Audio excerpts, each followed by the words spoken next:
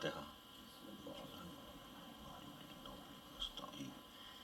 الصراط المستقیم صراط الذین انعمت علیہم غیر المغضوب علیہم ولا الضالین۔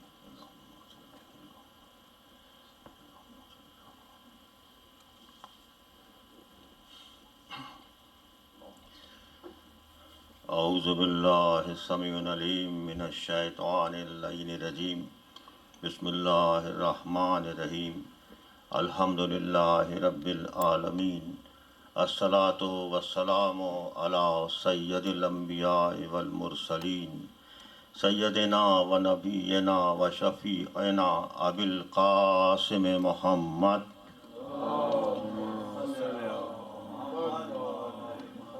صلی اللہ علیہ وآلہ الطیبین الطاہرین المعصومین المظلومین الذین اذھب اللہ عنہم الرجس وطہرہم تطہیرا۔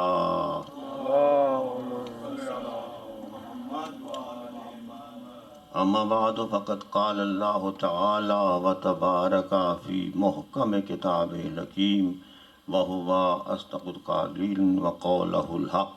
بسم اللہ الرحمن الرحیم، ولا تحسبن الذین قتلوا فی سبیل اللہ امواتا عند ربہم یرزقون۔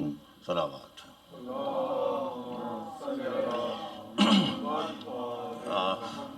بہت شکریہ، آپ نے ماشاءاللہ بڑی بہت ہی خلوص سے، بڑی عمدگی سے کل کی گفتگو کو یہاں ایک خلاصتاً بیان کیا، اور ظاہر ہے یہ سلسلہ کلام ایسا ہے کہ اس کی ابتدا اور اس کی انتہا کا تعین کرنا بہت دشوار ہے، کیونکہ جیسا کل کہا گیا تھا کہ ایک مسلسل فکر کا معاملہ ہے، تو اس میں بلکہ ہم تو کبھی کبھی یقیناً اور حقیقت کی بات بھی ہے کہ یہ کہتے ہوئے بھی بہت ہچکچاہٹ سی محسوس ہوتی تھی، اور بہت بعض اوقات ایک عجیب سا احساس ہوتا ہے کہ مجلس ہو رہی ہے یا مجلس ختم ہو گئی ہے، کیونکہ عقیدتاً اور احتراماً اور عقل کے لحاظ سے، وزڈم کے لحاظ سے، اپنی ایک خاص جو ایک فیلنگس ہیں اس کے لحاظ سے یہ کہنا بہت مشکل ہوتا ہے کہ مجلس ختم ہو گئی ہے، کیونکہ مجلس ختم نہیں ہوا کرتی، مجلس جاری رہا کرتی ہے۔ درود بر محمد و آل محمد۔ کیونکہ یہ تو ایک ایسا سلسلہ ہے، ظاہر ہے جس کی کوئی انتہا نہیں ہے، انتہا کا تصور بھی نہیں ہو سکتا، تو واقعی جو بات بھی ہے اس سے ہر بات ایک نئی بات پیدا کرتی ہے، اور جب میں گفتگو کروں یا کوئی اور گفتگو کرے تو ظاہر ہے بحیثیت ایک مقرر کے بھی، ایک بات کرنے والے کے بھی یہ کہنے کو جی چاہتا ہے کہ باتیں تو بہت سی ہوتی ہیں، ظاہر ہے کل بھی تو محدود وقت میں جو باتیں ہوئی تھیں وہ بھی ظاہر ہے بہت سے پہلو سامنے آئے، اور آپ کے تعاون سے اور آپ کی سماعت کے تعاون سے، آپ کی فکر کے تعاون سے بات پیدا ہوتی رہی، لیکن پھر بھی کوئی ذاکر، کوئی خطیب، کوئی مقرر، کوئی بولنے والا، کوئی اسپیکر، کوئی عالم، کوئی بھی بات کرنے والا یہ توقع نہیں رکھ سکتا کہ اس کی کہی ہوئی بات جو ہے وہ ہر ایک بات اپنے سامع کے ذہن میں محفوظ ہو جائے، کیونکہ ظاہر ہے ایک سلسلہ ہے، بہت سی باتیں ہیں، تو اس میں توقع رکھنا بھی ظاہر ہے نامناسب سا معلوم ہوتا ہے، اور نہ ہی سننے والوں کو یہ بات محسوس ہوگی کہ ظاہر جو کچھ کہا جائے وہ ساری کی ساری چیزیں ذہن میں موجود رہیں، لیکن پھر بھی ایک بات تو ہے، اور وہ یہ کہ گفتگو خواہ کتنی بھی کیوں نہ ہو لیکن ایک مجموعی تاثر تو رہنا چاہیے، کوئی پہلو تو سامنے آنے چاہیے، جیسا بھی بیان کیا گیا ماشاءاللہ کتنی عمدگی سے، تو وہ باتیں ایسی ہیں کہ جو ذہن میں لے جاتے ہیں، اور ایک اور بات بھی ہے جو میں خود بھی محسوس کرتا ہوں بطور ایک ذاکر کے یا ذکر کرنے والے کی سعادت حاصل کرنے کے طور پہ، اور ایک سامع کے طور پہ بھی، کہ ایک بڑی ایک خدمت کہوں، میں سعادت کہوں، عبادت کہوں، ایک نسبت کہوں کہ دیکھیں نا بہت سی باتیں سامنے آتی ہیں، مثلا میں نے ایک بات کہی تو آپ کو اس بات کے حوالے سے اور نامعلوم کتنی باتیں آپ کے ذہن میں آ رہی ہیں، اس کا مطلب یہ تو نہیں ہوگا کہ آپ کی سوچ خدا نخواستہ روک رہی ہے یا میرے پاس بھی وہ بات نہیں، یہ تو یہی تو ساری عطا ہے یہی تو کرم ہے کہ میں نے ایک جملہ کہا، آپ نے اس میں اور باتیں سوچنا شروع کر دیں۔ یہ تواتر فکر جو ہے، یہ کنٹینیوٹی آف تھاٹ جو ہے، یہی تو بڑا کنٹریبیوشن ہے اور مولا کا بڑا اعجاز ہے، اور یہ زندگی کے ہر شعبے میں آپ کے لیے مددگار ثابت ہوتا ہے۔ دنیا سوچتی ہے اور کسی حد تک ظاہر ہے حیران بھی ہوتی ہوگی کہ ماشاءاللہ جو اس صف اعضاء سے تعلق رکھتے ہیں، جو اس بزم سے تعلق رکھتے ہیں، اس سلسلے سے تعلق رکھتے ہیں، تو وہ زندگی کے کسی بھی شعبے میں جائیں وہ نمایاں نظر آنے لگتے ہیں۔ اس کی وجہ یہی ہے نا، اس کی وجہ یہی ہے کہ وہ اس کی تربیت گاہ اولاً یہی ہے۔ یہ تربیت گاہ عقل ہے، تربیت گاہ دانش ہے، تربیت گاہ فکر ہے۔ تو جب یہاں آپ آ جاتے ہیں تو پھر آپ کو ایک فکر کا ایسا سامان ملتا ہے، سوچنے کا اتنا سامان ملتا ہے کہ آپ زندگی کے کسی بھی شعبے میں جائیں، آپ تعلیم کے کسی بھی سیکٹر میں جائیں، آپ پروفیشن کے کسی بھی حصے میں جائیں، آپ خود بخود نمایاں ہوتے چلے جائیں گے، کیونکہ آپ کے ساتھ ایک قوت چل رہی ہے، ایک طاقت چل رہی ہے، جو طاقت آپ کو لے کے چل رہی ہے۔ آپ کی جو ایک ذہن کی اپج ہے، جو آپ کی پیداوار ہے، جو آپ کی پروڈکٹ ہے، وہ آپ کو آگے لے کے چلی جا رہی ہے۔ اس کی وجہ کیا ہے کہ آپ کے پس منظر میں کتنی عظیم ہستی ہے کہ آپ کے بچپن سے لے کے جوانی زندگی کے ہر مرحلے پر السلام علیکہ یا ابو الفضل العباس اگر لکھا ہو تو آپ کے دل پہ لکھا ہے، آپ کے ذہن پہ لکھا ہے، اور آپ کی گفتار میں، آپ کے عمل میں لکھا ہے۔ درود بر محمد و آل محمد۔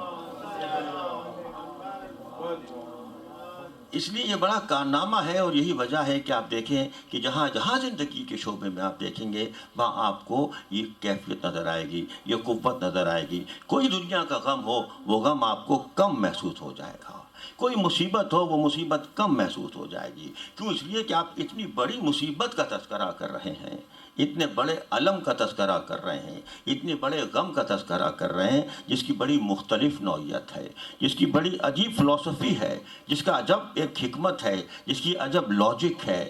آپ سوچیے اور غور کیجیے، ظاہر ہے دنیا کو بتائیں اور یہ آگاہ کریں دنیا کو، اور یہ بتلائیں کہ یہ کیفیت غم جو اس کا ہم ذکر کرتے ہیں، یہ دنیا کے تمام غموں سے بڑا مختلف غم ہے۔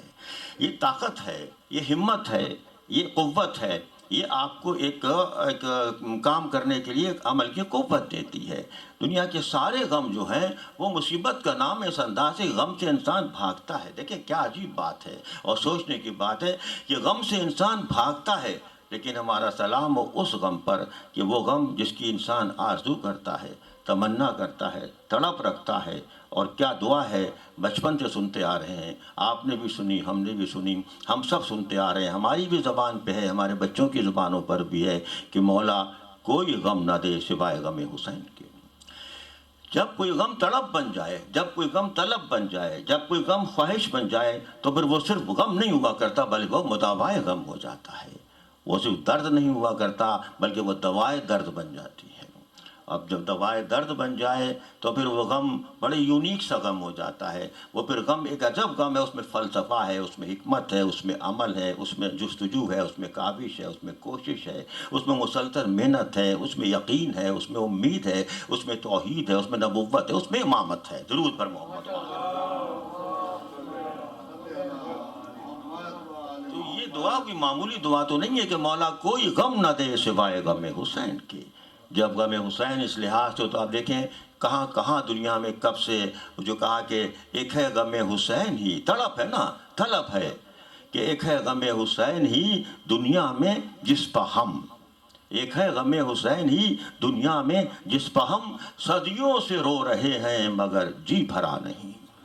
یہ ہے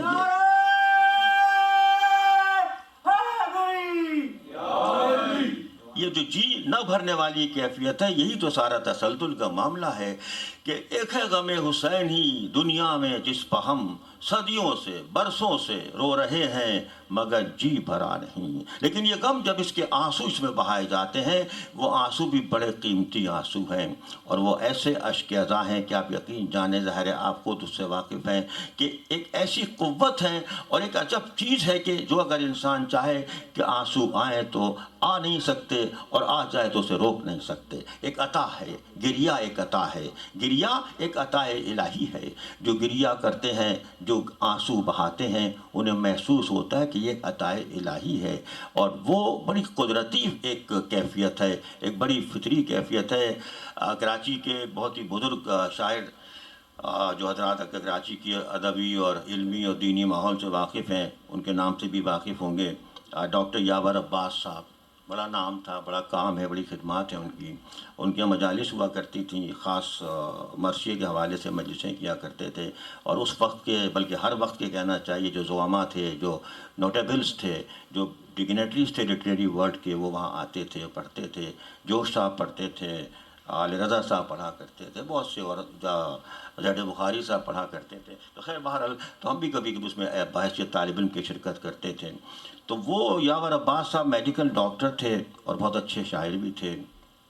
تو وہ اس پہ گریا پہ ایک دفعہ بات کر رہے تھے، تو کہنے لگے کہ سینے میں ان کا ایک سلام تھا جس کی ردیف یہی تھی، اور جو اب میں شعر پڑھنے آپ کی خدمت میں پیش کرنا چاہتا ہوں کہ سینے میں اگر دل ہو تو آ جاتے ہیں آنسو۔ ان کا سلام تھا کہ امکان نہیں ہوتا، انسان نہیں ہوتا۔ تو اس میں تھا کہ سینے میں اگر، بہت سادہ سی بات ہے، سینے میں اگر دل ہو تو آ جاتے ہیں آنسو، اور سینے میں اگر دل نہ ہو انسان نہیں ہوتا۔ کیا لاجک ہے، کیا ایک میڈیکل ڈاکٹر کا شعر، اور کس سائنٹیفک طریقے سے کہا کہ سینے میں اگر دل ہو تو آ جاتے ہیں آنسو، اور سینے میں اگر دل نہ ہو انسان نہیں ہوتا۔ تو آنسو مظہر انسانیت ہے، اشک ازاں ایک اظہار انسانیت ہے۔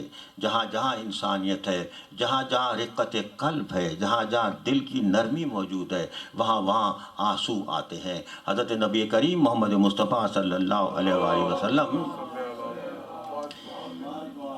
کہ جب صاحبزادے ان کے فرزند ظاہر آپ کو پتہ ہے کہ بہت ہی کم سنی میں انتقال ہو گیا تھا، تو دنیا والے تو ظاہر ہے ہر شخص کو اپنے ہی لحاظ سے دیکھتے ہیں۔ تو جب وہ انتقال ہوا بچے کا اور بیٹے کا، تو حضرت ختم مرتبہ سے کسی نے کہا کہ آپ تو بڑی ہستی ہیں، آپ بڑی شخصیت ہیں، آپ کیوں رو رہے ہیں؟ یعنی دیکھیں نا، ان کے خیال میں یہ ہے کہ رونا ایک اور کیفیت کا نام ہے۔ تو تاریخ میں یہ جواب ملتا ہے، کیا ظاہر ہے شان رسالت کی جو زبان ہے اس سے ہماری زبانیں تھک جائیں، ہم اس کی مدح نہیں کر سکتے۔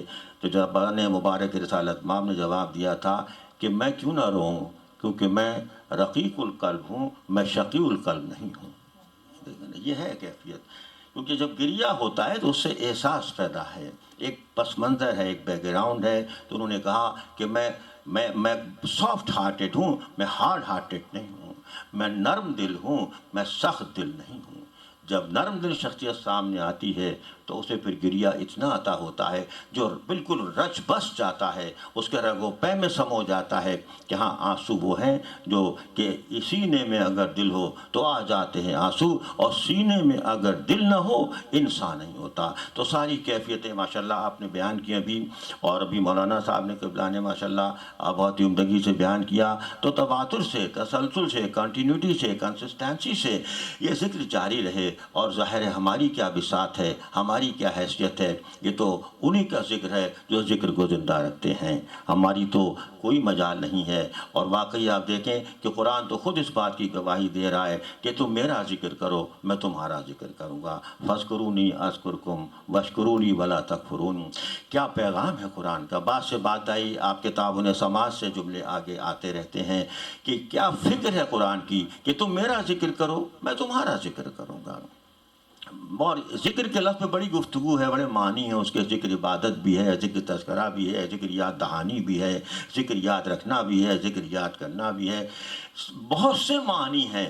لیکن یہیں پہ مجھے کہنا چاہیے کہ ذکر کے سارے معنی اپنی جگہ پہ، یہ جب دیکھیں یہ آفاقیت ہے اس ذکر حسین کی، یہ یونیورسیلٹی ہے ذکر حسین کی، یہ اس کی ایسی ایک عالمیت ہے، ایک بین الاقوامیت ہے، اس کا اپنا ایک انٹرنیشنلزم، اپنی ایک اپروچ ہے کہ آپ دیکھیں کہ ذکر کے لغوی معنی کا کچھ بھی ہو، ذکر بیان کو کہہ لیں، ذکر تذکرے کو کہہ لیں، ذکر یاد دہانی کو کہہ لیں، ذکر یاد آوری کو کہہ لیں، ذکر عبادت کو کہہ لیں، ذکر یاد کرنے کو کہہ لیں، کس کس معنی میں ذکر کا لفظ آتا رہا ہے۔ لیکن کیا کریں کہ تاریخ نے تو خود یہ بتا دیا، تاریخ کیا، آج کے معاشرے نے بھی، ماحول نے بھی، ہر نسل کے فرد نے بتا دیا کہ ذکر کے معنی کچھ بھی ہو، لیکن ذکر وہی ہوتا ہے جو ذکر حسین ہوا کرتا ہے۔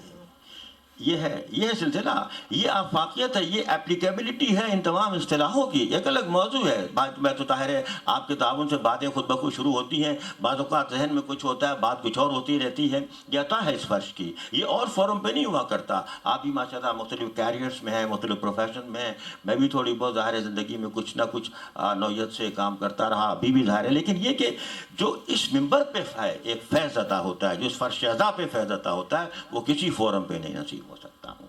تو یہاں پہ آ کے معلوم ہوتا ہے کہ ذکر کے کتنے بھی معنی کیوں نہ ہوں، لیکن وہ ذکر وابستہ ہو گیا ہے ذکر حسین سے۔ ہم نے لغت لے لی ہے، ہم نے الفاظ بنا دیے ہیں، اور ہم نے کیا دیے بلکہ اس عزاداری نے ہم کو دیے ہیں۔ تو اب ذکر کوئی بھی ہو، ذکر کے معنی کچھ بھی ہو، لیکن جب ذکر کا لفظ آئے گا، کوئی طبقہ ہو، کوئی فقہ ہو، کوئی نظریہ ہو، میں نے خود اپنے ماحول میں بھی دیکھا، آپ نے بھی تجربہ کیا ہوگا کہ اگر ذکر کہا جائے گا، ذکر حسین کہا جائے گا، اور آپ کا ذہن آگے جا رہا ہوگا۔ میرے بچے نوجوان یہاں بیٹھے ہیں، وہ بھی اس بات کو شاید میرے سے تائید کریں گے، اس کو ایگری کریں گے۔ دیکھیں، سوچیے گا کہ ذکر سے جو لفظ آگے آ رہا ہے وہ کون سا لفظ ہے؟ وہ ذاکر ہے، ذاکر جو ذکر کرتا ہے۔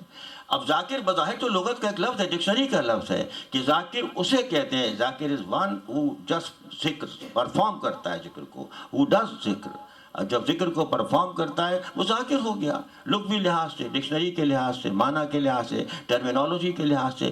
لیکن وہ ساری ٹرمینالوجیز وہاں پہ ختم ہو جاتی ہیں کہ جب ذاکر کہا تو ذاکر سے مراد ذاکر حسین بن جاتا ہے۔ یہ ہے دیکھیں نا، یہ ادب پہ احسانات ہیں کربلا کے، یہ لغت پہ احسانات ہیں کربلا کے، یہ زبان پہ احسانات ہیں کربلا کے۔ یہ جو ہم نے کہا نا تہذیب کربلا، تو تہذیب کربلا میں ادبیت بھی ہے، تہذیب کربلا میں معاشرت بھی ہے، تہذیب کربلا میں شاعری بھی ہے، تہذیب کربلا میں نثر بھی ہے۔ لوگ کہتے ہیں کہ شاعری نے بڑا کام کیا ہے کربلا کے حوالے سے، میں کہتا ہوں شاعری نے کام نہیں کیا، کربلا نے کام کیا ہے۔ ادب کے احسانات کربلا پہ نہیں ہیں، کربلا کے احسانات ادب پر ہیں۔ اس لحاظ سے کربلا ایک تہذیب دے رہی ہے ادب کو، کربلا ہمارا مستقل موضوع یہی ہے کہ تہذیب دے رہی ہے کربلا ادب کو۔ لوگوں نے بڑا کام کیا ہے، بہت سے لوگ خراب تو لکھ رہے ہیں، لیکن کوئی میں خیال غالباً 15 سال پہلے یا 10-15 سال کے درمیان کا عرصہ ہوگا، انڈیا سے تشریف لائے تھے اسلام آباد میں وہ گوپی چند نارنگ صاحب، بڑے رائٹر ہیں اور بہت عمدہ ماشاءاللہ ان کی رائٹنگس ہیں، اور بعد میں ان کا مقالہ چھپا بھی ہے وہ، اور اس کو کچھ اور لوگوں نے بھی آگے لکھا ہے۔ تو انہوں نے کربلا کے استعارے پہ کتاب لکھی تھی، کربلا کا استعارہ، کربلا کے استعارات، کربلا کی جو سمبلیز ہیں، کربلا کی تشبیہات جو ہیں، اس پر انہوں نے کتاب لکھی کہ کربلا کے استعارے اپنے طور پہ ہیں۔ تو گوپی چند نارنگ صاحب کا یہ ایک مقالہ ہے جو کتابی شکل میں بھی شائع ہوا ہے، اس پر پھر اور لوگوں نے بھی کام کیا ہے، اس پہ کمنٹریز بھی کی گئی ہیں۔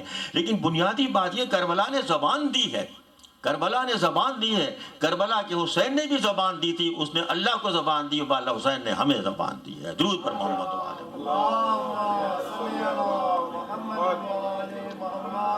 ایک دفعہ زبان دے دی، اس زبان پہ قائم رہا حسین، اور پھر ایسی زبان دی ہے کہ ہمیں زبان دے گئے، اور وہ زبان ایسی کہ کربلا کے استعارے دیکھتے جائیں، اور وہ استعارے پھر آپ کو ایسے ملیں گے، کہیں پانی ملے گا، کہیں دشت ملے گا، کہیں تنہائی ملے گا، کہیں گھمسان ملے گا، کہیں سنسان ملے گا، کہیں راستہ ملے گا، کہیں ایمان، بے شمار لفظ ہیں جو استعارے کے طور پہ کربلا کے مستقل طور پہ استعمال ہو رہے ہیں۔ کل میں نے ایک شعر پڑھا تھا افتخار عارف صاحب کا، ماشاءاللہ بہت ظاہر ہے بہت ہی عقیدت سے شعر کہتے ہیں، اور آپ سب احباب واقف ہیں، اور بہت خلوص سے شعر کہتے ہیں۔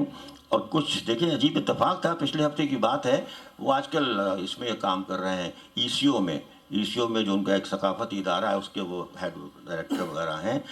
تو میں گھر پہ بیٹھا پاکستان میں انہی کی کتاب پڑھ رہا تھا، ان کے اشعار کی کتاب ہے جو خصوصیت سے انہی موضوعات پر ہے، اور وہ چھپی ہے کوئی 2 سال پہلے، اور وہ ہے شہر علم کے دروازے پر۔ اچھی کتاب ہے، اس میں ان کے سلام بھی ہیں، ان کے منقبت بھی ہے، حمد بھی ہے، نعت بھی ہے۔ تو وہ میں پڑھ رہا تھا، پڑھتے پڑھتے دیکھا تو فون آیا، تو وہ افتخار عارف صاحب کا فون آ گیا۔ میں نے عجیب دیکھیں کیا یہ ارتباط ہے، یہ لنک ہے، یہ تعلق ہے، کیا ہے، کہ حالانکہ مجھے کوئی یاد نہیں تھا کہ کیا فون آیا، تو ان کا فون آ گیا۔ میں نے کہا دیکھیں یہ ہوتا ہے، میں تو بات کر رہا ہوں، کل بھی بات کی تھی کہ ایک کنٹینیوٹی ہوتی ہے، ایک لنک ہوتا ہے، تو وہ کبھی کبھی ایسا مل جاتا ہے۔ اور بڑا یہ میں فلسفے میں جانا نہیں چاہ رہا، لیکن فلسفے کی بھی کوئی حقیقت ہوا کرتی ہے۔ یہ چیزیں بظاہر تو لگتا ہے کہ شاید اتفاق ہیں، یہ چیزیں کبھی کبھی محسوس ہوتا ہے کہ شاید ہم مفروضہ سمجھتے ہیں، لیکن نہیں، ان کی فلسفیانہ حقیقت ہے۔ ان کی ایمانی حقیقت ہے، ان کی اعتقادی حقیقت ہے۔ فلسفے میں ظاہر ایک الگ مضمون ہے وہ، لیکن میں یہاں اس میں جانا نہیں چاہتا۔ لیکن انٹلیکٹ کی جب بات ہوتی ہے تو انٹلیکٹ کی بہت سی قسمیں ہیں، اور انہی میں سے ایک قسم کا نام ہے لیٹنٹ انٹلیکٹ۔ جو لیٹنٹ انٹلیکٹ ہے اس کا رابطہ یہی ہے کہ آپ فزیکلی چاہے ایک دوسرے سے قریب نہ ہو، لیکن عقیدتاً آپ ایک دوسرے سے قریب ہوتے رہتے ہیں، محبتوں کے لحاظ سے آپ ایک دوسرے سے قریب ہوتے رہتے ہیں۔ اگر ماں سے بچہ کہیں دور گیا ہوا ہے اور ماں کو خیال آ رہا ہے کہ میرا بیٹا وہاں نہر کے پاس گیا ہے، دریا کے کنارے گیا ہے، ادھر گیا ہے، کہیں ایسا نہ ہو جائے ویسا نہ ہو جائے، تو خدا نہ خواستہ اللہ نہ کرے ایسا ہونے کا خدشہ رہتا ہے۔ ایک محبتیں ساتھ چلتی رہتی ہیں، اور اگر بچہ امتحان دینے جا رہا ہے، بچے کے ساتھ ماں کی دعائیں ساتھ جا رہی ہیں، تو بچہ امتحان کے ماں کی دعاؤں کے پس منظر میں ایک طاقت محسوس کر رہا ہے، اس کو مشکل پرچہ بھی آسان معلوم ہو رہا ہے، کیونکہ اس کے پیچھے اس کے ماں کی، اس کے والدین کی دعائیں شامل آ رہی ہیں۔ یہ انٹلیکٹ کا وہ فلسفہ ہے جہاں کہ انسان اپنے آپ کو تنہا محسوس نہیں کرتا، اس کے ساتھ اس کی دعائیں چلتی رہتی ہیں، اس کے ساتھ اس کے بزرگوں کی محبتیں چلتی رہتی ہیں۔ تو یہ ہم تو کچھ بھی نہیں ہے، ہماری کیا حیثیت؟ ہم رات دن جاگ جائیں، میں ٹھیک ہے محنت سے گریز نہیں کرنا چاہیے، جتنی محنت ہو اتنا کرنا چاہیے، لیکن ان تمام محنتوں کے ساتھ ساتھ جو بزرگوں کی دعائیں ہیں وہ ایسی دانشورانہ حقیقت رکھتی ہیں کہ فلسفے میں بھی تسلیم کیا گیا، اور اسے ایمان کی بنیاد پہ بھی تسلیم کیا گیا، اور اسے اعتقاد کی بنیاد پہ بھی تسلیم کیا گیا۔ تو میں نے بات اس لیے کہی کہ اب اتفاق تھا، بات سے بات آ گئی تو میں نے بیان کر دیا۔ تو افتخار صاحب کی کتاب شہر علم کے دروازے پر، یہ تو ان کی ابھی کتاب آئی ہے جو میں نے کہا نا استعارے، لیکن ان سے اکثر بات ہوتی تھی، اور میں نے بھی پوچھا، کچھ اور لوگ بھی پوچھتے تھے کہ آپ اتنے سلام لکھتے ہیں اور آپ اتنے منقبتیں لکھتے ہیں، لیکن آپ کی کوئی کتاب نہیں ہے اس پر۔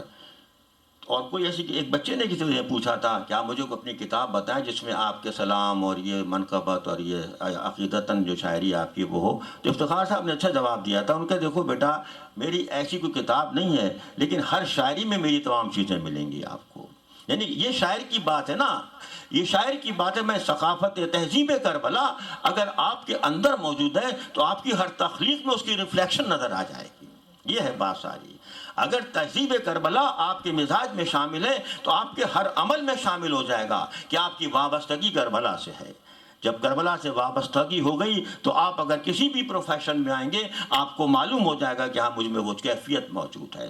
تو افتخار صاحب نے بھی یہی کہا کہ ہاں میں الگ سے تو نہیں ہے، لیکن ہر جگہ آپ کو ملے گی۔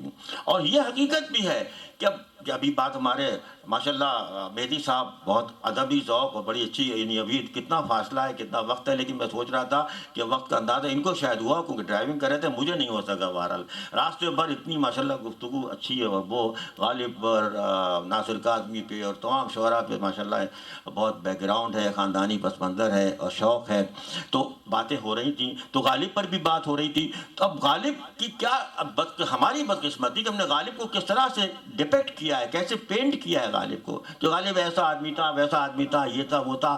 ہم تنقیدی لحاظ سے اگر کچھ جسارت کرتے بھی ہیں تو ہم انسان کے کسی اور پہلو کی طرف چلے جاتے ہیں، اس کی اصل حقیقت کی جانب نہیں جایا کرتے، اس کا کنٹریبیوشن کیا ہے، اس کا کنٹینٹس کیا ہیں اس کے کلام کے۔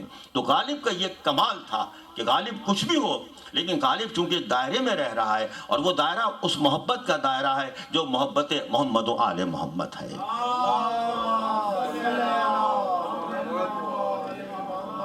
تو وہ جو میں نے کہا نا، افتخار صاحب نے کہا کہ میری ہر چیز میں یہ چیز نظر آ رہی، تو غالب کا معاملہ بھی ایسا ہی ہے کہ غالب اگر کچھ بھی کہہ رہا ہے لیکن وہ جس دائرے میں موجود ہے اس دائرے کی محبت نظر آنے لگے گی، کیونکہ دائرہ ایک بچہ ظاہر ابھی جیومیٹری پڑھ رہے ہیں بچے اور سائنس پڑھ رہے ہیں اور میتھمیٹکس پڑھ رہے ہیں، جانتے ہیں کہ سرکل جو ہے دائرہ اس کی بڑی اہمیت ہوتی ہے، ایک سینٹر اس میں ایک مرکز ہے، دائرہ اور مرکز آپس میں تعلق رکھتے ہیں، جب تک آپ دائرے میں ہیں تو آپ اپنے مرکز سے لنک رہتے ہیں، اس میں چلتے رہتے ہیں، مرکز کے ساتھ ساتھ رہیں گے۔ آپ ذرا دائرے سے باہر نکلے تو آپ مرکز سے ہٹ جائیں گے فوراً۔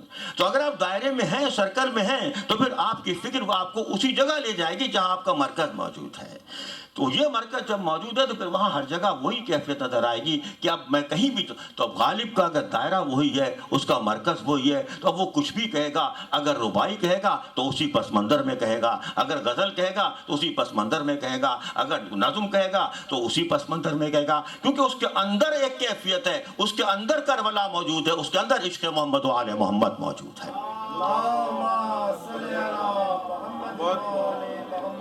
جب یہ کیفیت آ جائے تو پھر وہاں بچہ، بڑا، طالب علم، دوست، افسر، ماتحت، انجینئر، ڈاکٹر جو بھی ہے، اپنا اپنا فلسفہ، اپنے پروفیشن اپنی جگہ پہ، لیکن جو دائرہ محبت ہے اس کا وہی قائم رہتا ہے۔ تو غالب اگر کوئی بھی ہو، میں مہدی صاحب سے بات کر رہا تھا، ظاہر اس پر مجھے یاد آیا، انہوں نے بھی کہا، ظاہر ہے کہ غالب کا آپ سب بھی جانتے ہیں، اہل مطالعہ تشریف فرما ہے یہاں، کہ غالب کا جو فارسی کلام ہے اس میں ظاہر ہے انہوں نے خود بھی کہا ہے کہ مجھے فارسی سے پہچانو، تو بڑا کچھ کہا گیا ہے۔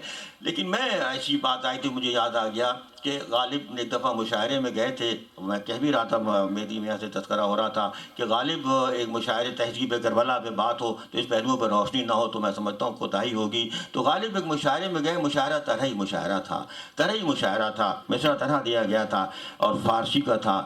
تو سب سے کہا گیا تھا غزل لکھ کے لاؤ، غزل لکھ کے لاؤ، تو لوگ غزلیں لکھ کے لائے تھے۔ غالب کو بھی کوئی پابندی نہیں تھی کہ غزل لکھیں نہ لکھیں، غزل لکھ سکتے تھے، لیکن صاحب کیا معجزاتی کیفیت ہے اور کیا دائرہ محبت کی بات آئی تو کہنا چاہیے کہ غالب گئے اس مصرع طرح پہ اپنا کلام لے کر، لیکن غالب نے غزل نہیں لکھی بلکہ غالب نے مولا حسین کی شان میں قصیدہ لکھا تھا، اور وہ ان کے فارسی کلام میں موجود ہے، اور بڑا طویل قصیدہ ہے، 69 کے قریب اشعار ہے اس میں، مور دین 60 اشعار، کپلیٹس اشعار ہیں اس میں۔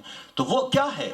کسی نے کہا تو نہیں تھا کہ تم فارسی میں ایک قصیدہ لکھ کے لاؤ، لیکن کسی نے کہا تھا کہ لکھ کے لاؤ۔ وہ کسی اور ہے، یہ کسی کوئی اور ہے۔ جب وہ کسی کہہ دیتا ہے تو پھر وہاں لکھنا ہوتا ہے۔ اور آج جو بچے پڑھ رہے ہیں، جو یہ پڑھ رہے ہیں، نوجوان پڑھ رہے ہیں، میں تو باقی آپ کیا، میری زبان کیا، میری حقیقت میں تو محسوس ہی کر سکتا ہوں کہ ان سے کون کہہ رہا ہے کہ آؤ بیٹے آؤ تم یہاں کے کوٹیشن بیان کرو۔ کس نے کہا کہ جاؤ ضرور تم وہاں کے ریسیٹیشن کرو، کس نے کہا تم سلام پڑھو، کس نے کہا تم کلام پڑھو، لیکن ہاں کوئی کہہ رہا ہے کہ ایسا کرو، کوئی کہہ رہا ہے کہ تم پڑھو اور میں تمہاری آواز کو سن رہا ہوں۔ جب یہ کیفیت آ جائے تو ظاہر ہے وہاں انسان دیکھتا ہے کہ تہذیب کربلا کیا ہے، وہاں تہذیب آل محمد کیا ہے، معلوم ہو جاتی ہے کہ وہاں کوئی آواز آ رہی ہے کہ تم ہمیں پکار رہے ہو، ہم تمہاری آواز کو سن رہے ہیں، ہم تمہاری آواز کو سن رہے ہیں۔ اب وہ قصیدہ، بات سے بات آ گئی، آپ کتابوں نے سماج سے غور کیجئے گا، وہی اصناف سخن کی بات ہو رہی ہے۔ میں نے کہا کہ ذکر کے معنی یہ ہیں، ذاکر کے معنی یہ ہیں، پھر ایک لفظ زبان پر میری آ گیا قصیدہ۔ بچے قصیدے پڑھ رہے ہیں، جوان قصیدے پڑھ رہے ہیں، ابھی دیکھیں کتنا اچھا ماشاءاللہ سبط جعفر صاحب کا کلام پڑھا گیا، کتنی عمدگی سے پڑھا گیا، اور کیا بات ہے، کیا شخصیت تھی ان کی، اور کیا درجات ان کو، بلند درجات ملے ہیں۔ واقعی بڑا کلام ہے، بڑے کام، کیا انسان تھے، تو مولا ان کے درجات کو بلند فرمائے، اور کس نے عمدگی سے پڑھا۔ تو اب یہ دیکھیں، کسی نے کہا تو نہیں تھا تم ایسا کہو، لیکن ہاں وہ کہہ رہے ہیں، اور بھی کہہ رہے ہیں، کہاں کہاں کہہ رہے ہیں۔ تو اب قصیدہ ایک صنف سخن ہے، تہذیب کربلا، تہذیب کربلا، ایک قصیدہ ایک صنف سخن ہے، ایک فارم آف پوئٹری ہے، ایک فارم آف پوئٹری اس قصیدہ، جس میں آپ کسی کی تعریف کرتے ہیں، آپ کا قصد ہو رہا ہے، ارادہ کر رہے ہیں، آپ اس طرح سے قصیدہ بن گیا، اسے قصیدہ کہہ دیا گیا۔ جب قصیدہ کہہ دیا تو ظاہر کوئی بھی ہو سکتا ہے، لیکن نہیں، قصیدہ ہوگا تو اسی بارگاہ میں قصیدہ ہوگا، اسی بارگاہ میں قصیدہ ہوگا، اس بارگاہ میں آپ یہاں بیٹھے ہوئے ہیں۔ You are sitting in a بارگاہ which is just linked with قصیدہ، قصیدہ خوانی۔ حالانکہ قصیدہ صنف سخن ہے، جس بات تک میں لانا چاہ رہا ہوں آپ دیکھیں کہ کیا، آپ دیکھیں اس سے پھر میری فکر مجھے مربوط کرے گی کسی اور جانب جانے کے لیے۔ آپ یہاں پہ غور کریں کہ قصیدہ ایک صنف سخن کے طور پہ تو نہ معلوم کہاں کہاں استعمال ہوا ہے، کہاں کہاں استعمال ہوئے، کتنے بادشاہوں کے قصیدے لکھے گئے۔ اب آپ کی خدمت میں جملہ عرض کرنا چاہ رہا ہوں، آپ کے اذہان عالی میں محفوظ رہنا چاہیے اور رہے گا، اور وہ یہ کہ قصیدے بادشاہوں نے لکھوائے، لکھو ہمارا قصیدہ لکھو، یہ بادشاہ وہ بادشاہ، یہ راجہ وہ مہاراجہ، یہ دربار وہ دربار، لیکن سارے قصیدے لکھے گئے، کیوں لکھے گئے؟ انعام و اکرام کے لیے، خوف و خطر کے تحت، مجبوریوں کے تحت، تعریف کی خاطر، اپنے دل پہ جبر کرتے ہوئے لکھے گئے، اپنی ایک مجبوریوں کے تحت لکھے گئے۔ بادشاہ گیا قصیدہ بھی گیا، بادشاہ گیا قصیدہ بھی گیا، تخت گیا قصیدہ بھی گیا، سارے نہ بادشاہ رہے نہ وہ قصیدے رہے، اب تو کورس میں بھی شامل نہیں رہے، اب تو کتابوں میں بھی نہیں رہے، کہاں مٹ گئے، کہاں چلے گئے؟ نہ بادشاہ نظر آ رہے ہیں، نہ قصیدہ پڑھنے والے نظر آ رہے ہیں، نہ انعام و اکرام دینے والے نظر آ رہے ہیں، لیکن وہ بادشاہ جسے ختم کرنے کی کوشش کی جا رہی تھی وہ آج بھی زندہ ہے، اس کا قصیدہ آج بھی زندہ ہے۔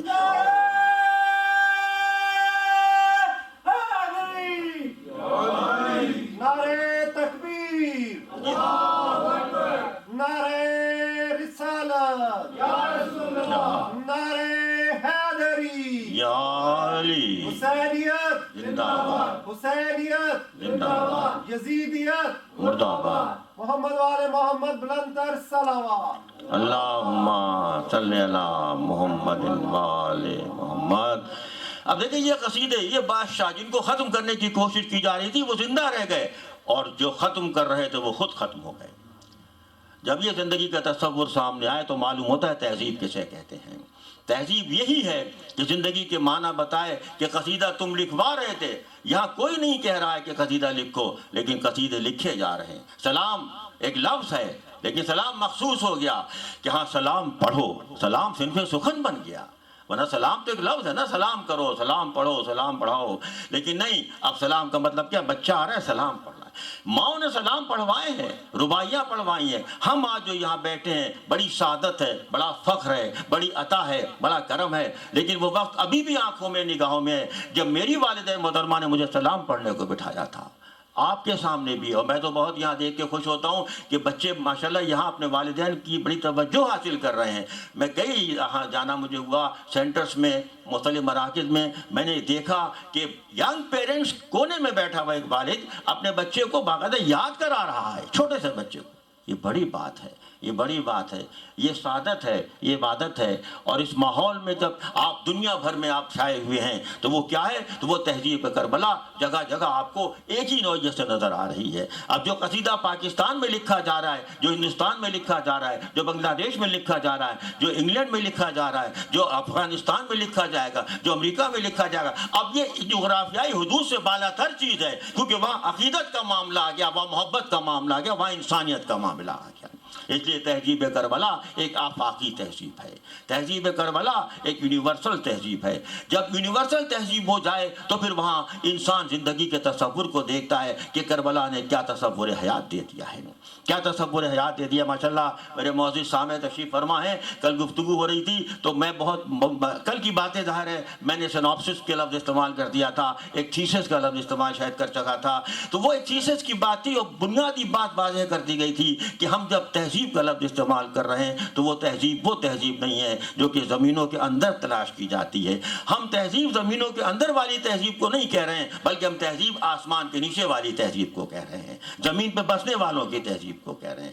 آپ کا رویہ تہذیب ہے، آپ کا برتاؤ تہذیب ہے، آپ کا انٹریکشن تہذیب ہے، آپ کی سمپیتھیز تہذیب ہے، آپ کا بیہیویئر تہذیب ہے، آپ کی اخلاقیات تہذیب ہے، آپ کی تربیت تہذیب ہے، آپ کی تعلیم تہذیب ہے، آپ کا کیریئر تہذیب ہے، آپ کا پروفیشن تہذیب ہے، آپ کا محلہ دار تہذیب ہے، آپ کا علاقہ تہذیب ہے۔ یہ ساری کی ساری کیا چیز ہے؟ یہ معلوم ہو جائے گی تہذیب کربلا یہ ہے۔ تہذیب کربلا صرف ایک دن کا معاملہ نہیں ہے، تہذیب کربلا صدیوں کا معاملہ ہے۔ جب صدیوں کا معاملہ ہو جائے تو انسانی زندگی میں جہاں جہاں انسان آئے گا وہاں تہذیب کربلا سامنے آئے گی، کیونکہ کربلا نے تصور زندگی دے دیا، تصور حیات دے دیا، زندگی کے معنی بتا دیے۔ دنیا زندگی کسی اور کو سمجھ رہی تھی، حسین نے زندگی کے معنی کوئی اور بتا دی۔ یہ ہے تہذیب کربلا۔ لائف کیا ہے؟ لائف بڑا سمپل سا لفظ ہے، آسان سا لفظ ہے، لیکن بہت مشکل ہے۔ زندگی بہت عام فہم سا لفظ ہے، لیکن جب ہم اس نقطہ نگاہ سے دیکھتے ہیں تو زندگی بہت دشوار ہو جاتی ہے۔ زندگی کے معنی بتا دیے۔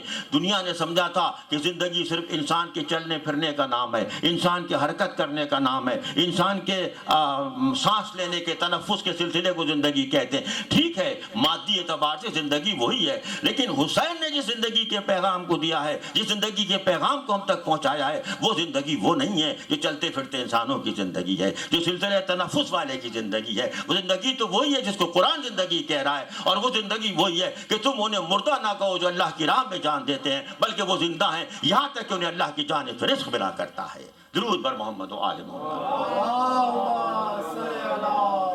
یہ ہے تہذیب کربلا۔ دیکھیں نا یہاں تک ہم پہنچے کہ زندگی کے مفہوم کو بتا دیا کہ تم زندگی کسے کہہ رہے ہو، زندگی کیا ہے، کس کے لیے زندہ ہیں ہم، ہمارا مقصد کیا ہے، ہمارا منتہا نظر کیا ہے، ہمارے آبجیکٹو کیا ہے، ہمارا پرپس کیا ہے، ہماری ڈیسٹینیشن کیا ہے، یہ دیکھنا ہے زندگی کیا ہے۔ زندگی تو حیوانوں کی، جانوروں کی زندگی بھی ہوتی ہے، زندگی انسان کے لیے، لیکن صاحب فکر کی زندگی کچھ اور ہوتی ہے۔ زندگی میں انسان جب آتا ہے تو اس کی زندگی انداز کچھ اور ہو جاتا ہے۔ قرآن اسی کو بتا رہا ہے کہ تم انہیں مردہ نہ کہو، تم انہیں مردہ تصور بھی نہ کرو، تم انہیں مردہ گمان بھی نہ کرو، ترجمہ مل رہا ہے مردہ گمان بھی نہ کرو بلکہ وہ زندہ ہیں۔ اچھا دیکھیں قرآن کا کیا انداز بیان ہے کہ صرف اتنا کہہ کے بھی بات پوری ہو سکتی تھی کہ جو اللہ کی راہ میں جانتے ہیں تم انہیں مردہ گمان بھی نہ کرو، نہیں بلکہ کہا بل احیاؤن، بلکہ وہ زندہ ہیں، یعنی اور دوبارہ اس کو اہمیت سے بیان کیا گیا، بلکہ وہ زندہ ہیں۔ اور کیوں زندہ ہیں؟ قرآن کا آپ ماشاءاللہ ظاہر ہے مجھ سے بہتر سمجھنے والے تشریف فرما ہیں، قرآن کی کا طرز بیان ایسا ہے کہ کبھی کبھی ایسا محسوس ہوتا ہے کہ ایک آیت ایک سوال اٹھاتی ہے، اگلی آیت اس کا جواب دیا کرتی ہے۔ یہ ہے تسلسل بیان، اللہ کا کلام ہے، ظاہر ہے ہماری زبانیں تھک جائیں لیکن ہم اس کے کلام کی کیا مدح کر سکتے ہیں، خواب قطع کار انسان۔ لیکن ہاں سوچئے، ایک طالب علم کے طور پہ سوچتا ہوں تو دیکھتا ہوں اور محسوس کرتا ہوں کہ دیکھیں ایک آیت سوال اٹھاتی ہے، ایک جزو آیت سوال اٹھاتا ہے اور اگلا جزو آیت اس کا جواب دیتا ہے۔ تو پہلے حصے میں کہا گیا کہ تم گمان بھی نہ کرو کہ جو اللہ کی راہ میں جان دیں وہ مردہ ہیں، فوراً کہا کہ کیسے مردہ ہیں، پھر جواب دے دیا بل کیسے زندہ ہیں، پھر جواب دیا بل احیاؤن، بلکہ وہ زندہ ہیں۔ پھر عقل انسانی سوال کرے، شاید کوئی سوچنے والا آدمی فوراً پوچھے کیسے زندہ ہیں، کیسے زندہ ہیں جبکہ بظاہر مردہ ہیں، بے جان ہیں، ابھی چل رہے تھے اب چل نہیں رہے ہیں، پہلے بولتے تھے اب بول نہیں رہے ہیں، پہلے سانس لے رہے تھے اب سانس نہیں لے رہے ہیں، پھر کیسے زندہ ہیں؟ کیسے زندہ ہیں؟ زندہ رہنے کا کوئی وسیلہ نہیں ہے، کچھ کھا نہیں رہے ہیں، کچھ پی نہیں رہے ہیں، کوئی تنفس نہیں ہے، کوئی سلسلہ نہیں ہے۔ عقل انسانی شاید یہ سوال کرے، عقل انسانی سے میری مراد یہ ہے کہ انسانی سوچ یہ سوال کرے، تو پھر فوراً اللہ نے جواب دیا عند ربہم یرزقون، کہ ہاں اللہ کی جانب سے ان کو رزق ملتا ہے۔ اب دیکھیں ایک الگ مضمون ہے، اور علماء نے، خطباء نے، صاحبان فکر نے اس پہ بہت لکھا بھی ہے، بہت بولا بھی ہے۔ اب جب رزق مل گیا دلیل دے دی اللہ نے، قرآن نے دلیل دے دی کہ تم کیسے سمجھ رہے ہو کہ وہ مردہ ہیں؟ نہیں مردہ نہیں ہے، عند ربہم یرزقون، وہ اللہ کی جانب سے رزق مل رہا ہے۔ جب رزق ہو گیا تو توانائی مل رہی ہے، رزق مل گیا تو طاقت مل رہی ہے، رزق مل گیا تو زندگی مل رہی ہے، رزق مل گیا تو حیات مل رہی ہے۔ تو اب حیات اگر رزق سے وابستہ ہے تو اللہ تو خود یہ کہہ رہا ہے کہ ہم انہیں رزق دے رہے ہیں، ہم انہیں رزق دے رہے ہیں۔ اب پھر شاید انسان یہ پوچھے کہ ہاں کیسے رزق دے رہے ہیں، تو یہاں پہ آ کے میں خود ظاہر ہے قرآن کی تعلیمات سے استفادہ کرتے ہوئے، اپنی تمام تر بے بساطی کو سامنے رکھتے ہوئے، اپنی لیمیٹیشنز کو سامنے رکھتے ہوئے کہنے کو یہ چاہتا ہے کہ ہم یہ سوچیں کہ ان کو رزق کیسے مل رہا ہے، ارے ہمیں تو یہ نہیں پتا کہ ہمیں رزق کیسے مل رہا ہے، ہمیں تو یہ نہیں پتا کہ ہمیں رزق کیسے مل رہا ہے۔ یہ تو مقام شکر ہے کہ ہمیں رزق مل رہا ہے، تشکر کا مقام ہے، یہ تو تھینکس گاڈ کہ اللہ تعالیٰ ہمارا رازق ہے، ہمارا بندوبست ہے، ورنہ ہمیں کیا پتا کہ کیسے مل رہا ہے۔ تو جو زندہ چلتے پھرتے بظاہر زندہ ہیں انہیں رزق مل رہا ہے، تو جن کو اللہ کہہ رہا ہے زندہ ہے تو انہیں رزق کیسے نہیں ملے گا؟ اور پھر رزق صرف یہی تو نہیں ہے، ایک الگ مضمون ہے، اور بزرگوں نے بہت اس پہ سوچا بھی ہے، لکھا بھی ہے، بولا بھی ہے، لیکن میں اختصار سے یہاں کہنا چاہوں گا کہ اتنی وسعت دے دی ہے رزق کے لفظ میں، یہ نہیں کہا کہ صرف کوئی ہم انہیں ایسا کوئی کھانے کا معاملہ دے رہے ہیں۔ رزق ایک وسیع اصطلاح ہے، جب رزق دے دیا تو وسیلہ حیات دے دیا ہے، زندہ رہنے کا ڈھنگ دے دیا ہے، زندہ رہنے کا طریقہ دے دیا ہے، زندگی کے اعتبار بتا دیے ہیں۔ جب زندگی کے اعتبار اگر بتا دیے تو مجھے کہنے دیجئے انہیں اتنا رزق دے دیا ہے، انہیں اتنا رزق دے دیا ہے کہ صرف انہی کو رزق نہیں مل رہا بلکہ ان کے وسیلے سے ہمیں رزق مل رہا ہے۔ درود بر محمد و آل محمد۔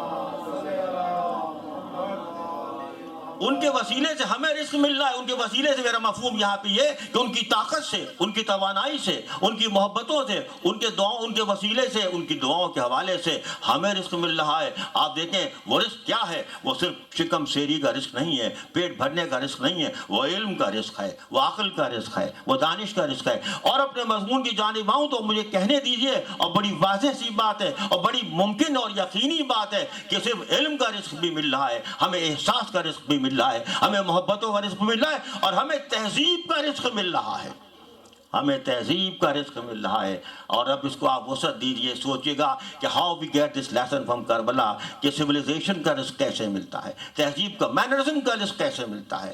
آپ کے سامنے کی باتیں ہیں، میرے کہنے کی ضرورت نہیں ہے کہ تہذیب کا رزق کربلا نے کیسے دیا ہے۔ مجلس ایک عام لفظ ہے، لیکن وہی بات پھر پیچھے جا رہا ہوں، ذکر پہ گفتگو ہوئی، ذاکر پہ گفتگو ہوئی، مرثیے کی بات بھی کہہ سکتے ہیں۔ یہاں پہ پھر آپ دیکھیں کہ مینرزم میں مجلس ایک عام لفظ ہے، چند لوگوں کے بیٹھنے کے نام کو مجلس کہا جاتا ہے۔ ایک انسٹیٹیوشن ہے، ایک ادارہ ہے، لیکن کیا کریں کہ کربلا کے نام سے مسجد وابستہ ہو گئی ہے۔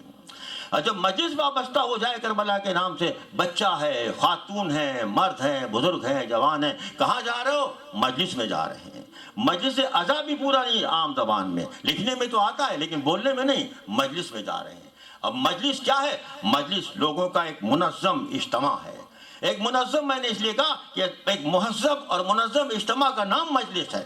جب مہذب اور منظم اجتماع کا نام مجلس ہو جائے تو تہذیب نشست و برخاست یہاں ملے گی آپ کو، تہذیب گفتگو یہاں ملے گی، تہذیب تکلم یہاں ملے گا، بولنے کا ڈھنگ آپ کو یہاں ملے گا، سننے کا تب ایک احساس آپ کو ملے گا، سننے کی برداشت یہاں ملے گی، موضوعات کا انتخاب یہاں ملے گا، آنے جانے کا طریقہ آپ کو ملے گا، پڑھنے کا، بولنے کا، سوچنے کا، گفتار کا، انداز کا، ساری چیزیں آپ کو ملیں گی۔ اب اس سے زیادہ اور کیا ہے کہ کربلا نے ہمیں اتنی تہذیب دے دی ہے، اتنا رزق تہذیب دے دیا ہے کہ اب نسلاً بعد نسلاً یہ رزق آگے منتقل ہوتا چلا جا رہا ہے۔ جیسا بھی کہا گیا کہ وہ ایسا رزق ہے کہ اس کے بندوبست خود انہوں نے کیا ہے کہ تم جہاں پہنچو گے تم بعد میں پہنچو گے اور مجلس زیادہ پہلے پہنچ جائے گی۔ یہ ہے، اور سامنے کی باتیں ہیں، آپ اپنے ماحول کو دیکھ لیں، ہم بھی وہاں سب جگہ دیکھتے رہتے ہیں کہ آبادیاں بعد میں آباد ہوتی ہیں، مجلس سے پہلے منعقد ہو جاتی ہیں۔ کوئی مکان ایک لوکیلٹی میں یعنی کوئی مکان آباد نہیں ہوا کسی ایک لوکیلٹی میں۔ سامنے کی باتیں میں ہر وقت وہاں محسوس کرتا ہوں، آپ بھی محسوس کرتے ہیں، دیکھتے ہیں، لیکن ایک مکان میں کسی صاحب احساس کو موقع ملا رہنے کا، اس نے سب سے پہلا کام مجلس کا انعقاد کیا۔ آؤ ذکر حسین سے مجلس اس علاقے کو آباد کرتے ہیں، کیونکہ حسین نے کہا کہ ہم تمہیں تہذیب سکھائیں گے، رہنے سہنے کا ڈھنگ بتائیں گے۔ کوئی لوکیلٹی ہو، کوئی کالونی ہو، کوئی علاقہ ہو، وہاں ذکر حسین سے آغاز کر رہے ہیں، ذکر حسین سے آباد کر رہے ہیں۔ دلوں کو آباد کیا ذکر حسین سے، تو ظاہر علاقوں کو بھی ذکر حسین سے آباد کریں گے۔ اور یہ وہ آباد کرنا ہے۔ ہمارے وہاں پنڈی اسلام آباد کے بہت ایک بزرگ شاعر تھے، شاید یہاں جو لوگ اس علاقے سے تعلق رکھتے ہیں، ویسے بھی پاکستان میں بہت مشہور بزرگ شاعر تھے، صفی حیدر دانش صاحب۔ وہ بہت محبت کرتے تھے مجھ سے بھی، میرے بچوں سے بھی، اور بہت شفیق شخصیت کے مالک تھے۔ ان کا بڑا اچھا انداز سخن تھا اور گفتگو کرتے تھے۔ تو وہ کہتے تھے کہ ان کا ایک شعر مجھے یاد آ گیا اس بات پہ فوراً ہی، کہ جب ان کا ایک سلام تھا، بڑا یادگار سلام ہے، اور اس میں ایک شعر تھا، ایک ان کا سلام یہ تھا کہ جس میں ایک مسئلہ یہ بھی تھا کہ ایک دن میں کر دیا جس کو زمانہ چاہیے۔ کربلا کے حوالے سے ایک دن میں کر دیا جس کو زمانہ چاہیے۔ اس میں ایک شعر یہ ہے جو بھی میں نے بات کی، اس سے وہ مربوط ہو رہی ہے کہ جذبہ تعمیر نو کہتا تھا یہ شبیر سے۔ جذبہ تعمیر کیا، دیکھیں نثر کا پروز کا ایک جملہ معلوم ہو رہا ہے، یہ ایک فریز سے لگ رہا ہے جیسے کوئی پروز کا فریز ہے، لیکن شاعری میں لائے کہ اس خوبصورتی سے کہ جذبہ تعمیر نو کہتا تھا یہ شبیر سے، بستیاں تو ہیں بہت جنگل بسانا چاہیے۔ جذبہ تعمیر نو ریکنسٹرکشن ایک ایسا جذبہ ہے کہ جو کہہ رہا تھا کہ جذبہ تعمیر نو کہتا تھا یہ شبیر سے، بستیاں تو ہیں بہت جنگل بسانا چاہیے۔ اب جو جنگل بسانے والا ہے اس نے بتایا کہ شہر کیسے بسا کرتے ہیں۔ کبھی اس نے جنگل بسایا تھا، آج شہر تمام شہر اس کے ذکر سے بس رہے ہیں۔ یہ جنگل بسانے والا بتا رہا، وہی جو میں نے بات کچھ دیر پہلے کہی تھی کہ قرآن نے کہا کہ تم میرا ذکر کرو میں تمہارا ذکر کروں گا۔ یہاں تک میری گفتگو پہنچی کہ اب قرآن نے جب کہہ دیا کہ میں تمہارا ذکر کروں گا، بڑی ایک الگ عنوان گفتگو ہے، لیکن مجھے یہاں پہ کہنا چاہیے کہ یہ اللہ ہمارا ذکر کرے، اس کا کیا مفہوم ہے۔ حضرت امام محمد باقر علیہ السلام سے کسی نے پوچھا کہ مولا یہ تو بات آسان ہے، سمجھ میں آ رہی ہے کہ ہم اللہ کا ذکر کریں، لیکن اللہ ہمارا ذکر کیسے کرے گا؟ تو مولا نے جواب دیا تھا کہ تم اگر اپنی بزم میں اللہ کا ذکر کرو گے تو اللہ ملائکہ کی بزم میں تمہارا تذکرہ کرے گا۔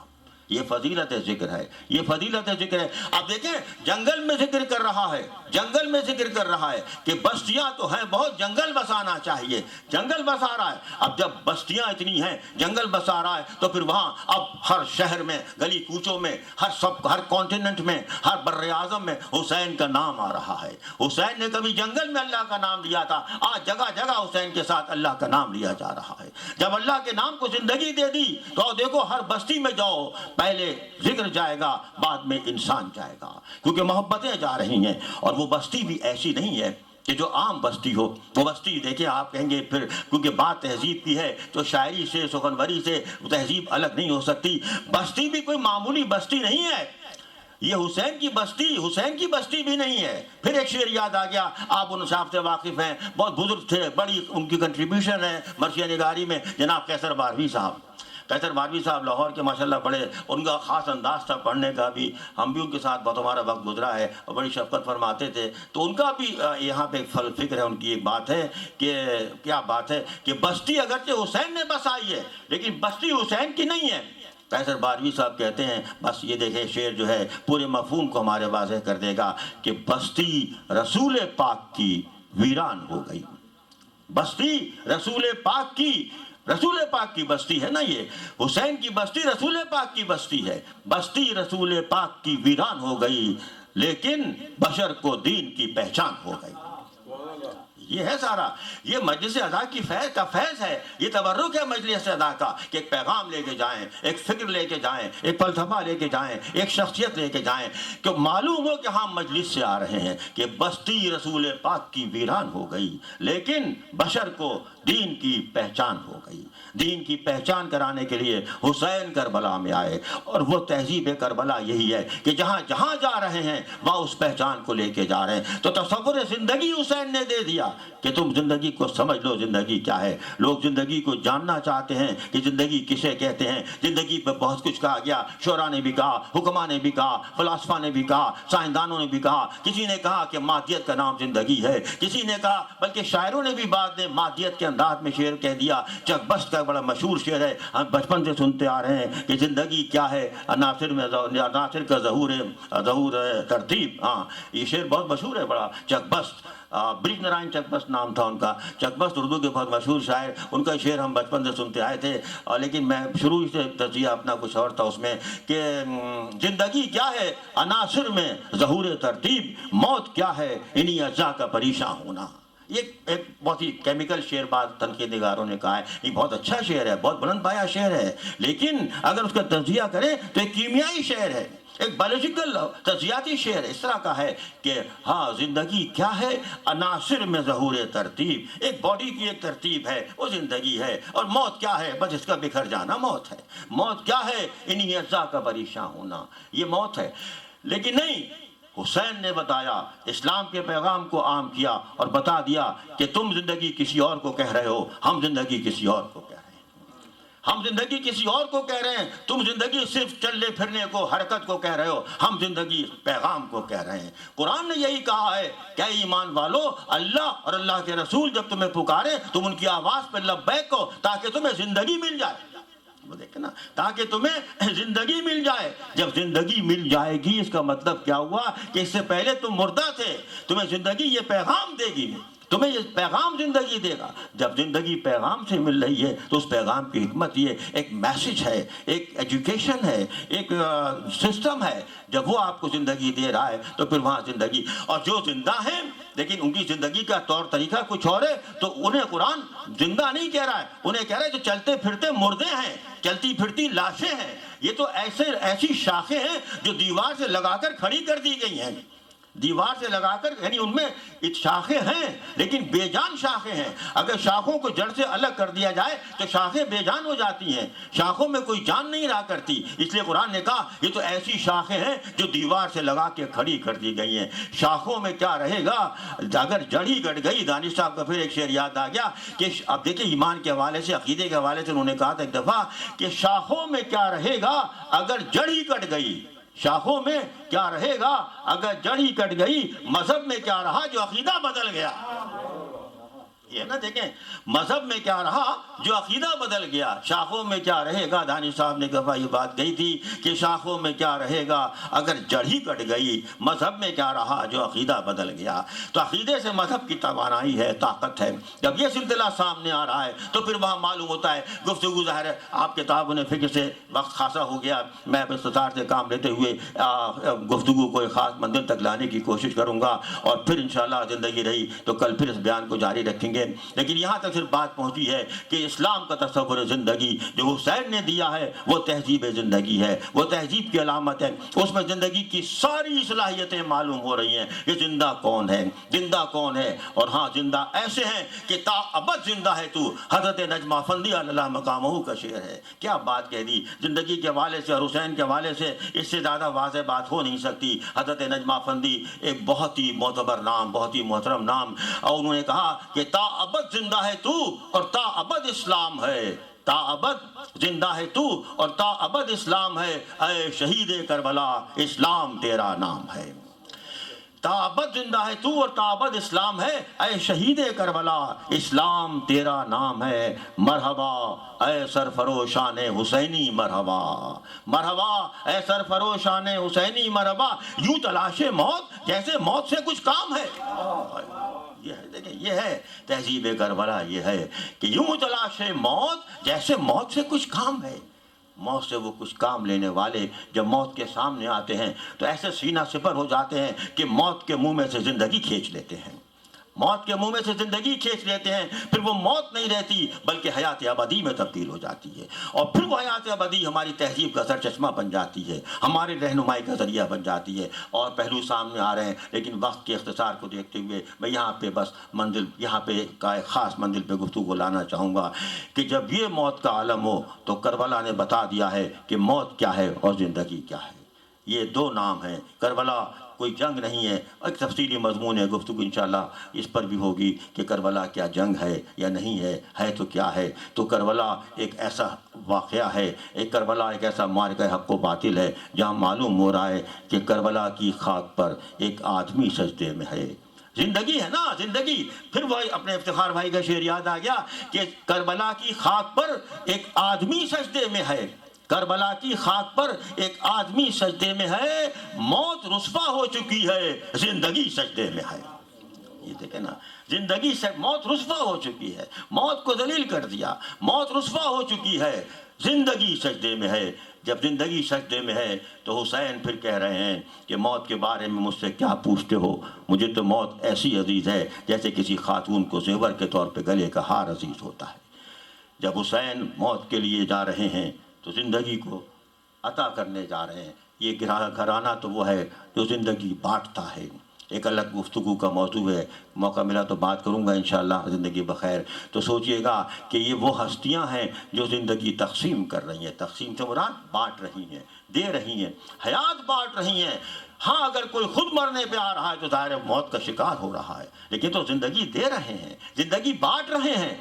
اور جب موت کے سامنے سینہ سپر ہو رہے ہیں تو کربلا ایک ایسا واقعہ، کربلا ایک ایسا سانحہ، کربلا ایک ایسی یاد، علی کی یاد دلا رہا ہے کربلا، حسین کے نانا کی یاد دلا رہا ہے کربلا۔ وہ وقت یاد آ رہا ہے، باتیں تو اور بھی بہت سی تھیں، اور ظاہر ہے میں فضائل و مصائب میں ترتیب نہیں رکھ پاتا ہوں، اور میری کوتاہی کہیے یا میری ایک عادت کہیے یا مزاج کہیے کہ فضائل و مصائب میں ترتیب رکھتے ہوئے بعض اوقات یہ مجھے محسوس ہی نہیں ہوتا کہ کہاں فضائل شروع ہوتے ہیں کہاں مصائب شروع ہوتے ہیں، کیونکہ ہمارا آپ کا عقیدہ ہے اور ہر شخص سمجھتا ہے اور سوچتا ہے کہ جو ان کے فضائل ہیں وہی ان کے مصائب ہیں، جو ان کے مصائب ہیں وہی ان کے فضائل ہیں، جو ان کے مصائب ہیں وہی ان کے فضائل ہیں۔ تو اب جب یہ حقیقت سامنے آئے تو پھر وہاں آپ دیکھیں کہ جب کربلا کا واقعہ سامنے آ رہا ہے تو کربلا سے پہلے بھی کربلا کی ترتیب نظر آ رہی ہے، اور جب حسین مدینے سے رخصت ہو رہے ہیں، حسین مدینے سے رخصت ہو رہے ہیں، ایک تجزیاتی مطالعہ کرنے کی ظاہر ہے بچوں کے لیے اور اپنے نوجوانوں کے لیے، طالب علموں کے لیے ضروری ہے کہ اس کے بہت سے پہلوؤں پہ بات کی جائے، لیکن بظاہر وقت کی اپنی کو تو وقت کی ایک خاص محدود کیفیت ہوتی ہے، اتنی تفصیل سے بات ابھی نہیں ہو پائی ہے، کبھی انشاءاللہ کریں گے، لیکن ابھی صرف اتنا کہوں گا کہ حسین مدینہ چھوڑ رہے ہیں، حسین مدینہ چھوڑ رہے ہیں، بلکہ کو مدینہ حسین سے محروم ہو رہا ہے، مدینہ حسین سے محروم ہو رہا ہے۔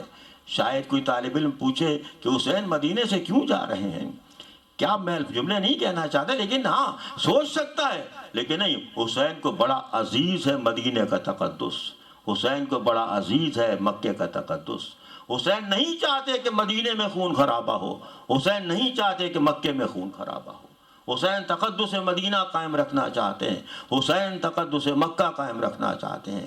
صرف چند جملوں میں باتیں کر رہا ہوں، تفصیلاً باتیں ہوتی رہیں گی، اور صرف یہی نہیں بلکہ دنیا کو بتانا چاہتے ہیں کہ اصل حقیقت کیا ہے۔ مدینہ پہلے بھی مدینہ رہا ہے، مدینے میں پہلے بھی واقعات ہوتے رہے ہیں، معاشر گرامی بھی مدینے میں ہیں، برادر محترم بھی مدینے میں ہیں، کیا کیا واقعات پیش ہوتے رہے، لیکن تاریخ کس طرح سے اسے بیان کرتی رہی۔ لیکن حسین نے سارے تجربے کو سامنے رکھتے ہوئے، اس سارے مشاہدے کو سامنے رکھتے ہوئے اب بتانا چاہتے ہیں کہ میں صرف یہی نہیں کہ مظلومیت کی علامت بن کے سامنے آؤں گا، بلکہ ظالم کو بے نقاب کر کے دکھا دوں گا۔ یہ ہے ساری فکر کربلا، یہ ہے تہذیب کربلا کہ حسین مدینے سے کیوں نکل رہے ہیں۔ کربلا، مدینہ، ہائے مولا کیا وقت ہوگا، کیا کیفیت ہوگی۔ میں تو دربار کا لفظ استعمال نہیں کرتا ان لوگوں کے درباروں کے لیے، دربار تو فقیروں کا دربار ہوتا ہے، دربار بادشاہوں کا دربار نہیں ہوتا۔ اس بادشاہ کا دربار ہوتا ہے کہ جو شاہ است حسین بادشاہ است حسین، لیکن ان بادشاہوں کے دربار نہیں ہوا کرتے۔ میں تو مجبوراً لفظ زبان پہ میرے آ گیا، ورنہ کوشش کرتا ہوں کہ دربار تو فقیروں کے دربار ہوتے ہیں نا، یہ فقیروں کے بزرگوں کے دربار ہوتے ہیں، وہ دربار نہیں ہے، وہ ممبر ان کے ممبر نہیں ہے، ممبر تو کسی اور کا ممبر ہوتا ہے۔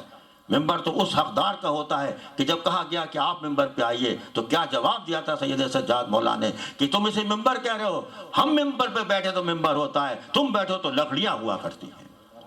جب یہ کیفیت ممبر ہو جائے کہ تم بیٹھو تو یہ لکڑیوں کا ایک جھمگھٹا ہے، ایک گٹھرا ہے، ایک اجتماع ہے، تم بیٹھو تو لکڑیاں ہیں یہ، لیکن ہم بیٹھیں گے تو ممبر بن جائے گا۔ اس لیے میں کیسے کہوں کہ کہاں بلایا گیا، بلانے کا لفظ بھی استعمال نہیں کرنا چاہتا، گستاخی نہ ہو جائے۔ آئے مولا حسین، یہ پیغام آ رہا ہے، ایک پیغام آ رہا ہے کہ آپ کو ولید نے طلب بھی نہیں کہہ سکتا، ہاں ولید کے یہاں بلایا گیا، ولید کے یہاں بلایا گیا۔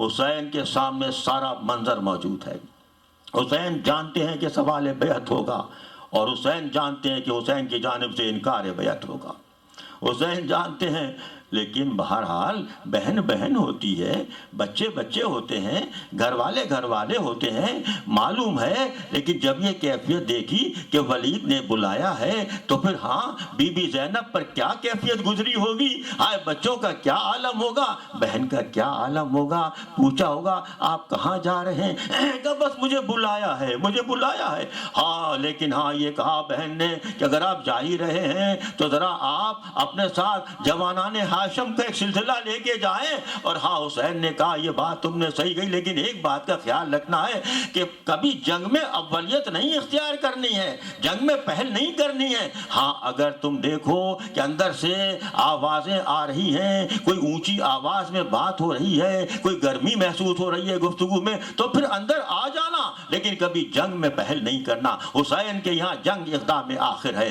حسین کے یہاں جنگ اقدام اول نہیں ہے۔ وہ محبتوں کو بلیہ دے رہے ہیں، وہ صلح کو، امن کو اب اہمیت دے رہے ہیں۔ اب سے ولید کا پیغام آیا، حسین چاہتے ہیں، پیغام سامنے آتا ہے کہ ہاں یہ کہا گیا ہے کہ بیعت کرو، بیعت کرو۔ اب حسین نے، دیکھیں ہم تہذیب کربلا کی بات کر رہے ہیں، حسین نے تہذیب کربلا کو کیسے بتا دیا۔ حسین نے حسین کو بھی اور یزید کو بھی سمبلائز کر دیا ہے، علامتی حیثیت دے دی ہے۔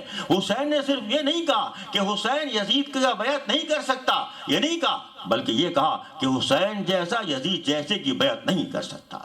یہ ہے ادب، یہ ہے کلچر، یہ ہے سویلائزیشن، یہ ہے تہذیب، یہ ہے مستقبل کی سوچ۔ کربلا تہذیب کا مستقبل ہے، کربلا تہذیب کا مستقبل ہے۔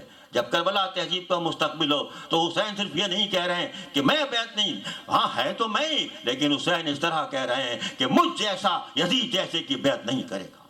اب ادھر دو قوتیں سامنے آ گئیں، ایک تہذیب کی قوت ہے، ایک بد تہذیبی کی قوت ہے، ایک علم کی قوت ہے، ایک جہل کی قوت ہے، ایک صبر ہے، ایک جانب ظلم ہے۔ جب یہ ساری کیفیتیں سامنے آئیں تو حسین نے کہا کہ ہاں یہ نہیں ہو سکتا، ہم بیعت نہیں کریں گے، ہم بیعت نہیں کریں گے۔ حسین قصہ ہے، پھر اس کے بعد یہ جرأت ہے، یہ ہمت ہے، تاریخ آگے بڑھتی رہی۔ کربلا تہذیب کا مستقبل، کربلا تہذیب کا مستقبل۔ جب کربلا تہذیب کا مستقبل ہوا تو انکار کو قوت ملی ہے، انکار کو قوت ملی ہے۔ ہاں کہنا بعض اوقات آسان ہوتا ہے، نہ کہنا بہت مشکل ہوتا ہے۔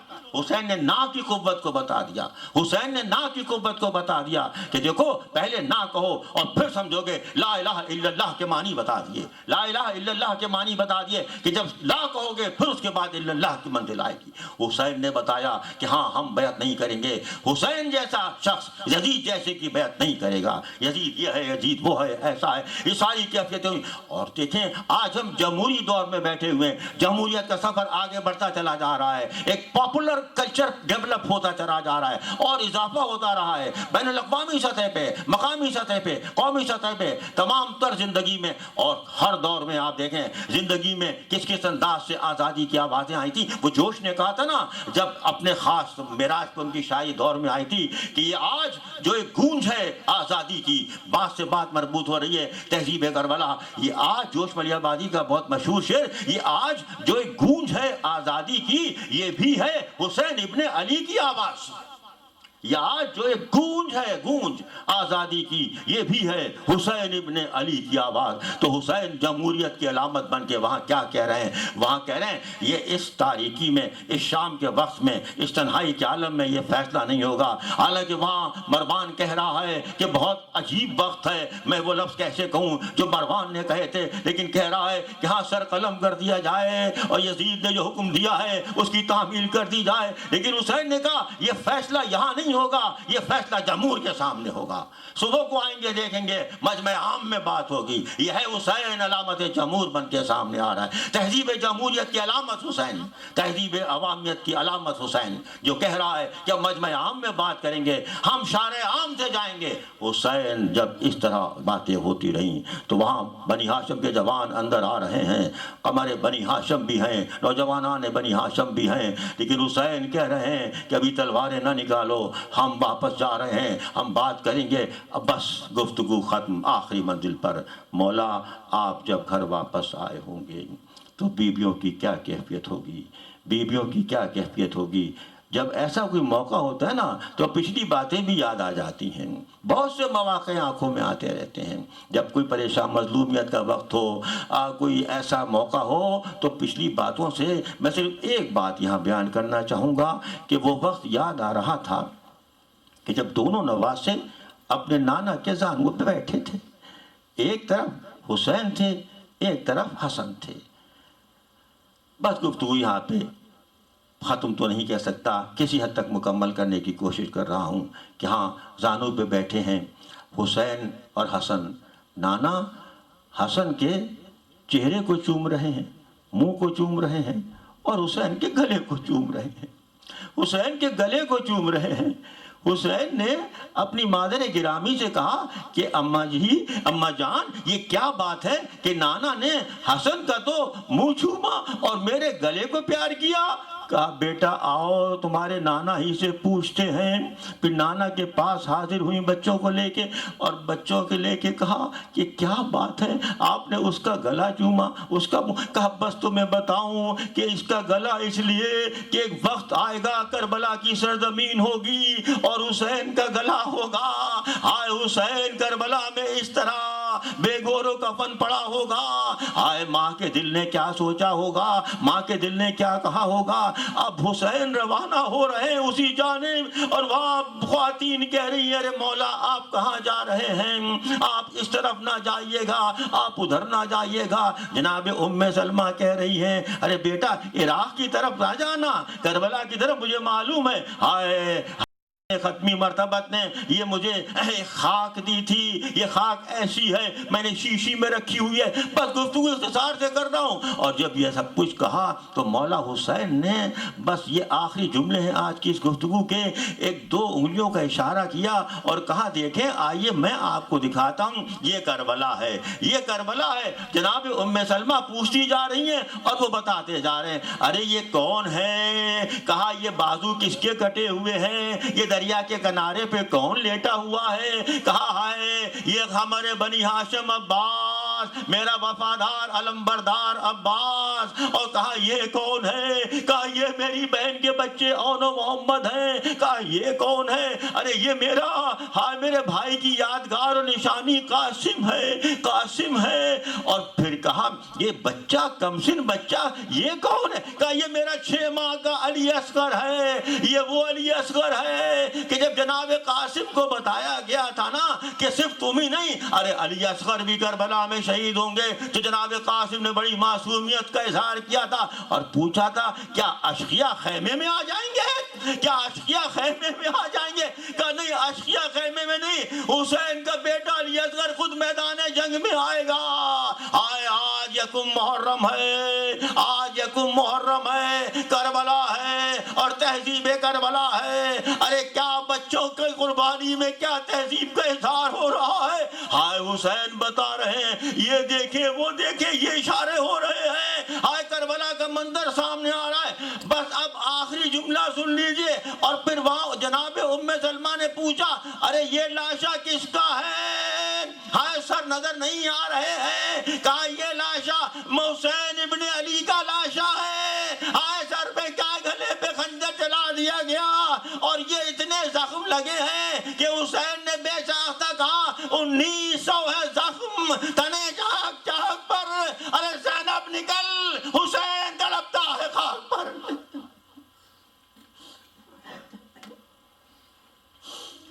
باراللہ یہ مجلس، یہ بیان، یہ تلاوت، یہ عبادت قبول فرما۔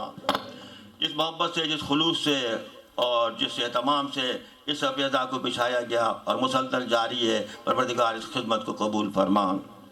اس مرکز کو، اس عزا خانے کو پروردگار دن دونی رات چوگنی ترقی عطا فرما۔ ہم جو کچھ کرتے اپنی بساط کے مطابق کرتے ہیں، پروردگار ہماری کوتاہیوں کو معاف فرما، ہماری توفیقات میں اضافہ فرما۔ جو خواتین حضرات مسلسل یہ تو سارے کے سارے ہی، لیکن جو بھی اس میں حصہ لے رہے ہیں، پروردگار ان کی توفیقات میں اضافہ فرما۔ پروردگار ہم سب اس بارگاہ میں حاضر ہیں، اپنی اپنی پریشانیوں کے ساتھ حاضر ہیں۔ پروردگار ہم یہاں تذکرہ کرتے ہیں بیمار کربلا کا، تمام بیماروں کو شفاء کلی عطا فرما۔ ہم تذکرہ کرتے ہیں یہاں بارگاہ علم کا، یہ جو وابستہ ہی باب العلم سے ہے۔ ہم نے شہر علم کا تذکرہ کیا، ہم نے باب العلم کا تذکرہ کیا۔ حصول علم میں ہمارے جو بچے بڑے سرگرداں ہیں انہیں نمایاں کامیابی عطا فرما۔ ہم نے باب الحوائج کا تذکرہ کیا، یہاں ہمارے لیے بارگاہ باب الحوائج۔ پروردگار ہم کیا کیا مشکلیں، کیا کیا باتیں، کیا کیا تمنائیں لے کے آئے ہیں، پروردگار ہماری دعاؤں کو قبول فرما۔ پروردگار ہمارے درمیان ہم نے محبت کا تذکرہ کیا، ہم نے عشق کا تذکرہ کیا، ہم نے وابستگی کا تذکرہ کیا، پروردگار ہماری محبتوں میں اضافہ فرما۔ پروردگار جہاں جہاں صاحبان عزا موجود ہیں، جہاں جہاں صاحبان احساس موجود ہیں، ان کی پریشانیوں کو دور فرما۔ ہم سب کو حج و زیارات کی سعادت عطا فرما۔ پروردگار جہاں جہاں مومنین و مومنات اور تمام عزادار موجود ہیں ان کو حفظ و امان عطا فرما۔ پروردگار ہماری اس عبادت کو قبول فرما، اور ہم سے جو بزرگ رخصت ہو چکے ہیں پروردگار، جن کی تربیت ہمارے ساتھ ساتھ سامان سفر کے طور پہ چل رہی ہے، ان کو درجات بلند عطا فرما۔ پروردگار ہماری تمام در دعاؤں کو قبول فرما، امام زمانہ کے ظہور میں تعجیل فرما، اور ہمیں ان کے انصار و اعوان میں شمار فرما۔ ربنا تقبل منا انکا انت السمیع العلیم بحق محمد و آل محمد صلوات اللہ علیہم۔ یہ ایک بار سورہ فاتحہ اور 3 بار سورہ اخلاص کی درخواست ہے مرحومین کے لیے۔ سید الطاف حسین شاہ صاحب، سیدہ کریم خاتون صاحبہ، شاہد اقدس کاظمی صاحب، سید حامد علی شاہ صاحب اور سیدہ ضمیر زہرا صاحبہ، اللہ تعالیٰ ان کے مراتب بلند فرمائے، ان کی مغفرت فرمائے۔ اور ایک بار سورہ فاتحہ اور 3 بار سورہ اخلاص کی درخواست ان مومنین و مومنات کے لیے، تمام جملہ مومنین و مومنات مرحومین کے لیے۔ بسم اللہ الرحمن الرحیم، الحمدللہ رب العالمین الرحمن الرحیم مالک یوم الدین، ایاک نعبد و ایاک نستعین، اہدنا الصراط المستقیم صراط الذین انعمت علیہم غیر المغضوب علیہم ولا الضالین۔ بسم اللہ الرحمن الرحیم، قل هو اللہ احد اللہ الصمد لم یلد ولم یولد ولم یکن له کفوا احد۔ بسم اللہ الرحمن الرحیم، قل هو اللہ احد اللہ الصمد لم یلد ولم یولد ولم یکن له کفوا احد۔ بسم اللہ الرحمن الرحیم، قل هو اللہ احد اللہ الصمد لم یلد ولم یولد ولم یکن له کفوا احد۔ اللہم صلی اللہ علیہ وسلم، اللہم صلی اللہ علیہ وسلم۔